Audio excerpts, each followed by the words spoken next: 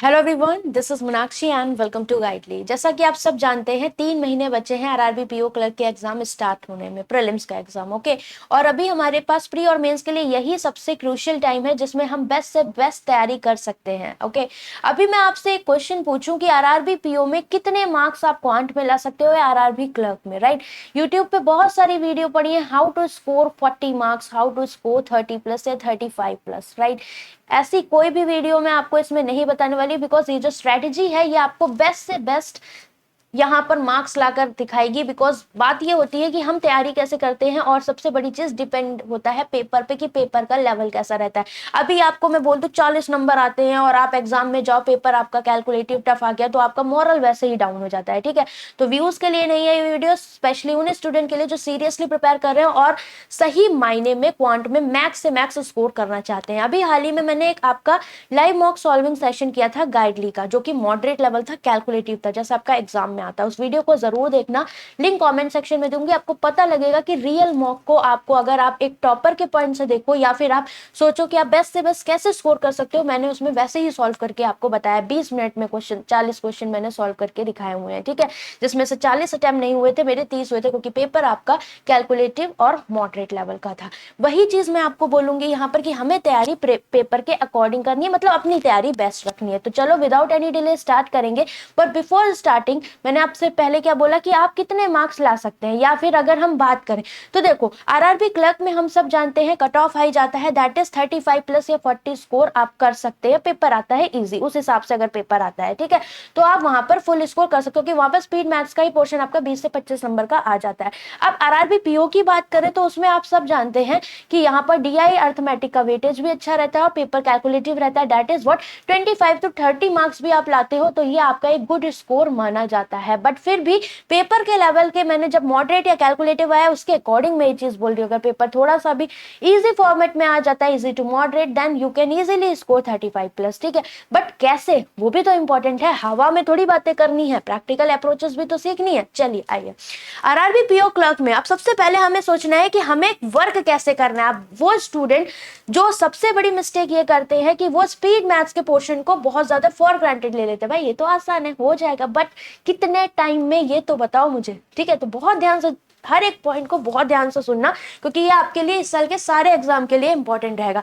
अब देखो क्या, सिंप्लीफिकेशन, अप्रोक्सीमेशन आपका, और missing wrong number series, quadratic, ये आपका स्पीड मैथ्स का पोर्शन होता है। ठीक है, और अगर हम बात करें, आपको पता है सिंप्लीफिकेशन क्लर्क में आएगा तो 10 से 15 नंबर का आता ही आता है, और पीओ में इसके चांसेस कम ही रहते हैं, बट फिर भी 10 से 15 नंबर का आपको क्लर्क में तो ये मिल जाता है। कितना क्लर्क में इसका वेटेज रहता है 15 मार्क्स का। ठीक है, और अगर अप्रोक्सीमेशन की बात करें 5 to 6 मार्क्स ये पीओ में रहता है, और 10 नंबर का ये आपको क्लर्क में मिल सकता है अगर आता है। मिसिंग रॉन्ग नंबर से 5 to 6 क्वेश्चंस होते हैं। सेम आपका क्वाड्रेटिक इक्वेशन से भी आपके 5 to 6 क्वेश्चंस यहाँ पर होते हैं, दैट इज व्हाट 5 दूनी 10 15, कम से कम 20 से 25 नंबर क्लर्क में और 15 से 20 नंबर पीओ में स्पीड मैथ्स का पोर्शन उठाता है। दैट मीन्स बहुत मेजर पार्ट यहाँ पर देखने को मिल रहा है। तो अब हमें क्या करना है, स्पीड मैथ्स के पोर्शंस की डेली प्रैक्टिस करनी है। ओके, कैसे, आप 30 क्वेश्चंस इससे रिलेटेड, 5 रॉन्ग, 5 मिसिंग, 5 क्वाड्रेटिक हो गई आपकी, 15 सिंप्लीफिकेशन, या एक दिन 15 अप्रोक्सीमेशन, इस तरीके से आप लगाइए। ठीक है, डेली बेसिस पे। तो इसमें आपको मुश्किल से मैं बोलूं आधे घंटे से 1 घंटा लगेगा इनिशियल स्टेज पे, बट आप जब 30 क्वेश्चंस लगाएंगे, ठीक है, 30 क्वेश्चन में मैं अगर आपको सच में टाइम बताऊं तो आप मुश्किल से इसे 10 से 15 मिनट में करने लगेंगे जब आप स्पीड में आओगे। दैट इज 30 डेज तक हमें ये काम करना है। ठीक है, बिना रुके, बिना गवाए टाइम, बिकॉज ये बहुत मेजर रोल प्ले करता है। यहाँ से आपकी कैलकुलेशन स्पीड भी तेज होगी। Missing number, wrong number mains में भी आता है, क्वाड्रेटिक भी मेंस में आता है, आपको फायदा होगा। अप्रोक्सीमेशन भी 5 नंबर का मेंस में आता है क्लर्क में, अगर आप जानते होंगे। ठीक है, तो ये पोर्शन हमें मिस नहीं करने हैं डेली। ये आपको क्लर्क में भी फायदा करेगा, पीओ में भी, और आने वाले जो एग्जाम्स है उसमें भी। इसके बाद अब आपको देखना है क्या, ये पार्ट हो गया। इसके बाद हमारा जो मेजर पार्ट आता है, जो हमें दिक्कत क्रिएट करता है, वो है क्या, डेटा इंटरप्रिटेशन या केसलेट। तो अगर हम देखें, अगर केसलेट आएगी तो 3 से 5 नंबर की आएगी, इससे ज्यादा एक ही आती है, कभी एग्जाम में 2 नहीं आती। तो इसका जो वेटेज रहता है 3 से 5 मार्क्स का रहता है। प्री में भी आ सकती है, क्लर्क में भी, और पीओ में भी आ सकती है। ठीक है, पर क्लर्क में इजी लेवल रहता है। डेटा इंटरप्रिटेशन आपको कम से कम एटलीस्ट पीओ हो, क्लर्क में भी 1 मिल सकती है 5 नंबर की, अगर आपका स्पीड मैथ्स का पोर्शन ज्यादा दे दिया, या फिर आपको इसका जो टोटल वेटेज मान ले ये 10 से 15 मार्क्स का रहता है पीओ में, ठीक है, और क्लर्क में 5 से 10 नंबर का रहता है इसका जो वेटेज रहता है किसका, डेटा इंटरप्रिटेशन का। नाउ इसके लिए हमें क्या करना है, कम से कम, मैंने आपको बताया था अभी स्ट्रेटेजी वीडियो बनाई थी एक और, जिसमें कंबाइन बताया था कि कम से कम 50 डेटा इंटरप्रिटेशन प्रैक्टिस करिए गुड लैंग्वेज के, जिसमें आपको कौन कौन से प्रैक्टिस करने हैं वो सुनिए। आपको कौन सा प्रैक्टिस करना है, पहला आपका हो गया लाइन ग्राफ, ये बहुत फेवरेट है, ठीक है, किसका, आरआरबी का। तो इसमें डबल लाइन और ट्रिपल लाइन ग्राफ जो ये वाले रहते हैं, ठीक है, ये वाले हो गए या फिर आपके 3 वाले हो गए, इस तरीके से ये सॉल्व करने हैं। दूसरा आपका हो गया बार ग्राफ,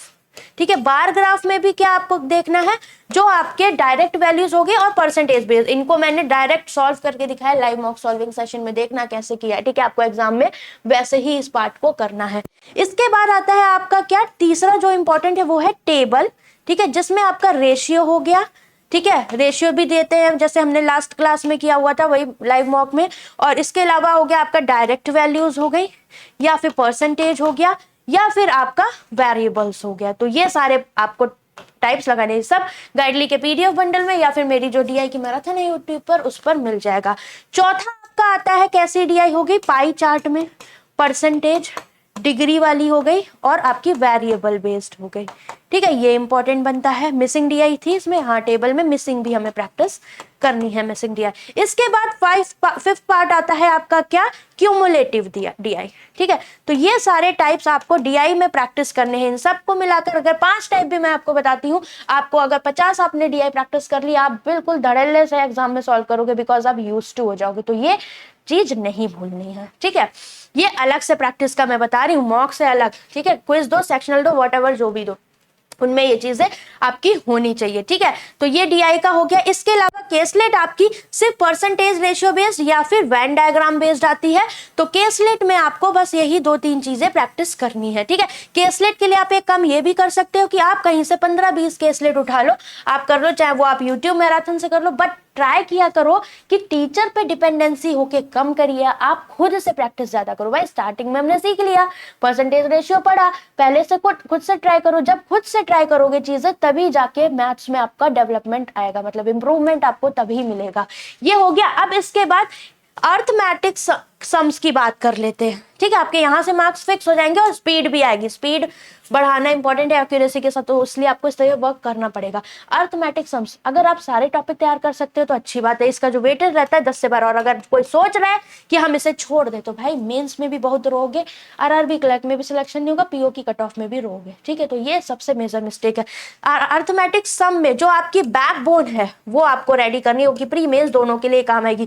पहला परसेंटेज का टॉपिक और दूसरा रेशियो का टॉपिक, ये बहुत अच्छे से आने चाहिए, ठीक है। इसके लिए मैंने YouTube पे आपकी प्लेलिस्ट दी है जिसमें मैंने प्री टू मेंस पढ़ाया हुआ है 0 to Zenith 2.0 जो कि दिसंबर में स्टार्ट करी थी।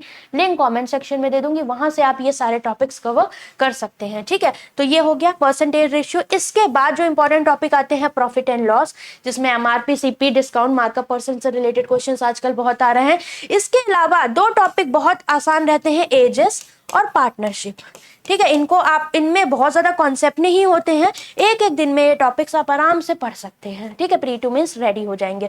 अब बात आती है क्या, टाइम एंड वर्क। इनसे एक एक क्वेश्चन डेफिनेटली आना है। टाइम एंड वर्क का ही भाई होता है पाइप एंड सिस्टम, ये भी रेडी कर लेना आप।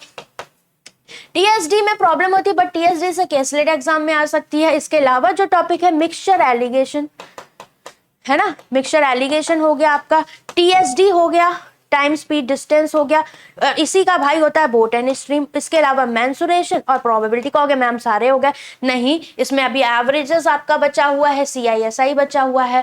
तो अभी देखो इनकी इंपॉर्टेंस क्या है, मैं इसलिए बता रही हूँ मेंस में ये फायदा करेगा, क्योंकि अगर आप अर्थमेटिक छोड़ोगे दिक्कत, सीआईएसआई फिर भी आप छोड़ सकते हो। और प्री लेवल का आपको पढ़ाने की जिम्मेदारी मेरी है, आपकी क्लासेस चल रही हैं, प्री और मेंस की ऑल्टरनेट MWF TTS में दोनों की प्लेलिस्ट में दे दूंगी, तो आप वहां से करोगे, आपका प्री मेंस बहुत अच्छे से ट्रेंडिंग लेवल का कवर होगा। और आपके जो भी टॉपिक्स नहीं भी रेडी तो आपका प्रीलिम्स लेवल तो एटलीस्ट अर्थमेटिक का मैं सारा ही कवर कर दूंगी उसमें। बट फिर भी मैं बोलूंगी कि जो मैं प्लेलिस्ट दे रही हूँ वहां से आप ये टॉपिक्स एटलीस्ट कर लेना, ठीक है। क्यों?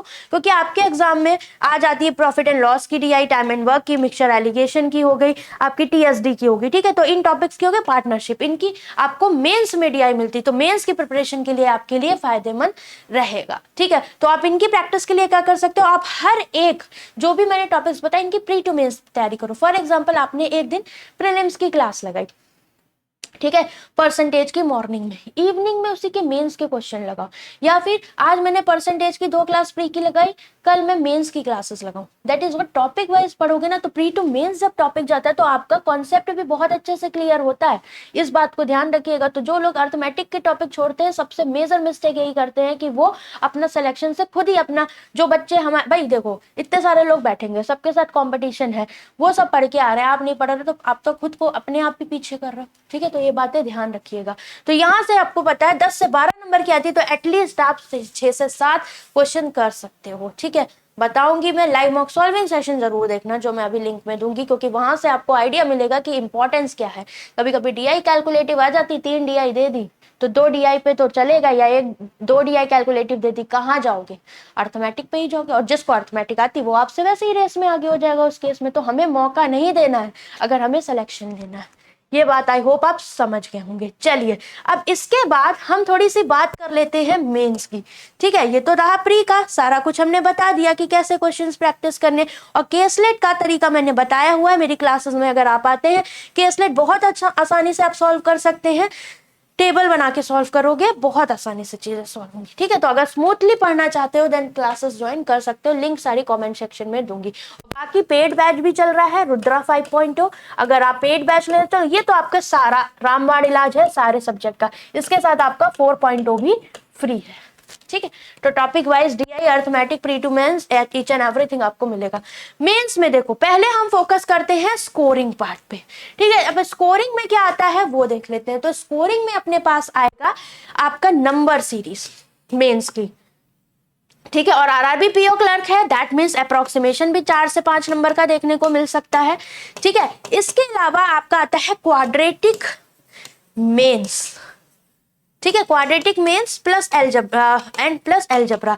तो इसकी क्लास मैंने ऑलरेडी आपके यूट्यूब पे ले ली है, बेसिक टू एडवांस। मेंस का डे 1 डे 2 आप देखेंगे, जो भी मैं सीरीज दूंगी अभी आपको लिंक में, आप वहां से पढ़िएगा, आपका ये टॉपिक पूरा प्री टू मेंस कवर होगा। दैट इज व्हाट, ये नहीं कि डायरेक्ट मेंस के क्वेश्चन है, आपको पूरा ईच एंड एवरीथिंग बहुत अच्छे से इसमें समझाया गया, क्यूबिक भी समझाया गया है, अलजेब्रा के फॉर्मूले भी समझाया, ईच एंड एवरीथिंग जो भी आपके एग्जाम के लायक बनता है। तो यहाँ से आप एटलीस्ट स्कोर कर सकते हैं अच्छा खासा। दैट इज व्हाट, 7-8 नंबर या 10 नंबर तक आप यहाँ से ला सकते हैं मेंस में, जो कि मेजर बात होती है, ठीक। इसके बाद जो सबसे ज्यादा वेटेज होता है आपका वो हो गया डेटा इंटरप्रिटेशन का। तो डेटा इंटरप्रिटेशन आपको कैसे पढ़ने हैं वो ध्यान में रखिए, ये नहीं उल जुलूल पढ़ना है, हमें RRB PO क्लर्क के पॉइंट ऑफ व्यू से इन टॉपिक्स को पढ़ना है, राइट। तो इसके लिए हमारे लिए क्या इंपॉर्टेंट बनता है, हमें कैसे पढ़ना चाहिए, हमारे लिए इंपॉर्टेंट बनता है कि भाई जो सिंपल परसेंटेज रेशियो की जितनी भी DI है हम उन्हें ज्यादा से ज्यादा सॉल्व करें मेंस लेवल की, जिसमें वेरिएबल्स हों, जिसमें आपका पाई चार्ट, लाइन ग्राफ हो गया, पाई वेरिएबल हो गया, टेबल वेरिएबल हो गया, इस तरह की DI हमें सबसे ज्यादा प्रैक्टिस करनी है। उसके लिए मैं करवा ही रही हूँ आपका यूट्यूब पे, आप कर सकते हो, या फिर रुद्रा DI का कंप्लीट बैच आपका पढ़ा हुआ है, जिसमें 30 दिन का DI का कोर्स है, each and everything, topic wise DI, arithmetic DI, caselet, everything, pre to mains है पूरा। उसकी लिंक मैं आपको कमेंट सेक्शन में दे दूंगी। मतलब ये जो भी मैं चीजें प्रोवाइड कर रही हूँ कमेंट सेक्शन में, एक तरीके से आपका जो लोग फ्री तैयारी करना चाहते हैं उनके लिए एकदम रामबाण इलाज है, ठीक है। तो ये आप इसे कर सकते हैं। अब इसके बाद यहाँ से आप आराम से कम 15 से 20 मार्क्स या 20 से 25 मार्क्स, 15 से 25 मार्क्स मैक्सिमम आप यहाँ पर कवर कर सकते हैं। अब अर्थमेटिक, तो अर्थमेटिक में तो बहुत सारे टाइप होते हैं भाई, अर्थमेटिक में आपका क्या हो गया, एक तो अर्थमेटिक हो गई नॉर्मल वाली, ठीक है, जिसमें हम वेरिएबल बेस पढ़ते हैं, तो अर्थमेटिक की जो चैप्टर स्ट्रॉन्ग है हम वहां से कर सकते हैं। इसके अलावा अर्थमेटिक से ही आपका Q1 and Q2 quantity comparison आ जाते हैं एग्जाम में, या फिर डेटा सफिशिएंसी आ जाती है, राइट। तो अगर आपके टॉपिक्स स्ट्रॉन्ग होंगे तो आप इनको कर लोगे, दैट इज व्हाट, आप यहाँ से ये सारी चीजें भी रेडी करते हो। और डेटा इंटरप्रिटेशन में भी मैंने आपको क्या बोला, आपका परसेंटेज रेशियो बेस्ड डीआई तो है ही, आपके एग्जाम में केसलेट और अर्थमेटिक बेस्ड डीआई भी आती हैं। तो इनके लिए आपको क्या करना है, जो अर्थमेटिक बेस्ड डीआई आती है उनके लिए मैं आपको इंपॉर्टेंट चैप्टर्स बता देती हूँ। सबसे पहला तो आपका हो गया परसेंटेज एंड रेशियो बेस्ड, ठीक है। इसके अलावा दूसरा आपकी हो गई DI profit and loss based, या फिर टीएसडी टाइम स्पीड डिस्टेंस की हो गई, टाइम एंड वर्क हो गया। इसके अलावा जो मेजर टॉपिक है वो है मिक्सचर एंड एलिगेशन आपका, और इसके अलावा पार्टनरशिप हो गया, ठीक है, मेंसुरेशन हो गया और प्रोबेबिलिटी। इनसे रिलेटेड काफी हद तक आपके एग्जाम में डीआई देखने को मिल जाती है, ठीक है। और एवरेज बेस्ड डीआई तो वो तो बहुत ही सिंपल पार्ट होता है, वो आपका प्री में भी आ सकता है, मेंस में भी हो सकता है, उसमें कोई बहुत ज्यादा आपके लिए दिक्कत वाली बात नहीं होती है। तो आप देख लो आपको कैसे प्रिपेयर करना है यहाँ पर। तो प्रीलिम्स के लिए मैं आपको फिर से एक बार यहाँ बताना चाहूंगी, स्पीड मैथ्स का पोर्शन 30 दिन तक इस तरीके से करिए, उससे फायदा क्या होगा, प्री मेंस दोनों में फायदा होगा। इसके पैरेलली आप क्या करो, सबसे पहले आप डीआई प्रैक्टिस करो, डीआई प्रैक्टिस परसेंटेज रेशियो करके डीआई प्रैक्टिस करो। उसके बाद जो मैंने इंपॉर्टेंट टॉपिक बताए हैं अर्थमेटिक के उन्हें करते जाइए, ठीक। अब जैसे ही आप ये करोगे, मैं कह रही आपको कम से कम 15 मई तक ये प्रोसेस करने को शायद लगे, क्योंकि आपको टॉपिक वाइज जिन्होंने वर्क नहीं किया, जिनके तैयार है उनको तो सीधे क्या करना है, सिर्फ प्रैक्टिस करनी है, बट जिनके नहीं तैयार तो उनको क्लासेस भी करनी पड़ेंगी। और जिनके तैयार है थोड़े बहुत और लगता है कि बस थोड़ा बहुत दिक्कत है कोई कोई टॉपिक के, तो वो टॉपिक्स आप अपने सैटरडे संडे में तैयार करिए अपना जो भी टू डू लिस्ट बनाकर। और साथ में अगर आप आरआरबी पीओ क्लर्क के लिए जा रहे हैं, मेरी जो आपकी ऑल्टरनेट क्लासेस चल रही हैं प्री और मेंस की, आप वहां से कर सकते हैं। बाकी जो आपके न्यू टॉपिक्स हैं लाइक नंबर सिस्टम हो गया, आपका क्वाड्रेटिक हो गया, अलजेब्रा हो गया, ये सारी क्लासेस आपकी यूट्यूब पर मैं करवा रही हूँ, जिसमें क्वाड्रेटिक मेंस अलजेब्रा हो चुका है, अब आता है पर नंबर सिस्टम की बारी, वो चीज मैं करवाऊंगी, आप वहां पर कनेक्ट होके पढ़ सकते हो, बिकॉज समझ में आएगा, क्योंकि मैं सारी चीजें आपको बेसिक टू एडवांस करवा रही हूँ, ठीक है। इसके अलावा कोई डाउट हो कॉमेंट करके पूछ लेना, क्योंकि यहाँ पर मैंने बहुत ही डिटेल में आपको पूरा क्वांट की स्ट्रेटेजी बताया हुआ है कि आपको कैसे पढ़ना है। अगर आप इस तरीके से जाओगे आपको दिक्कत नहीं होगी, क्योंकि फर्स्टली हमें पता होना चाहिए कि वेटेज क्या है, उसके अकॉर्डिंग हमारे लिए इंपॉर्टेंट क्या बनता है, करंट ट्रेंड में आ क्या क्या रहा है, वही सारी चीजें इंपॉर्टेंट है, ठीक है। बाकी सारी इंपॉर्टेंट लिंक्स क्लास की जो भी फ्री पढ़ना चाहते हैं या फ्री मटेरियल यूट्यूब से बेस्ट स्टडी करना चाहते हैं, उनके लिए मैं कॉमेंट सेक्शन में दे दूंगी, ठीक है। इसके अलावा कोई डाउट हो कॉमेंट करके पूछ लेना, आपके कोई डाउट रह जाते then you can join my Telegram channel banking smartly. Bye bye, take care.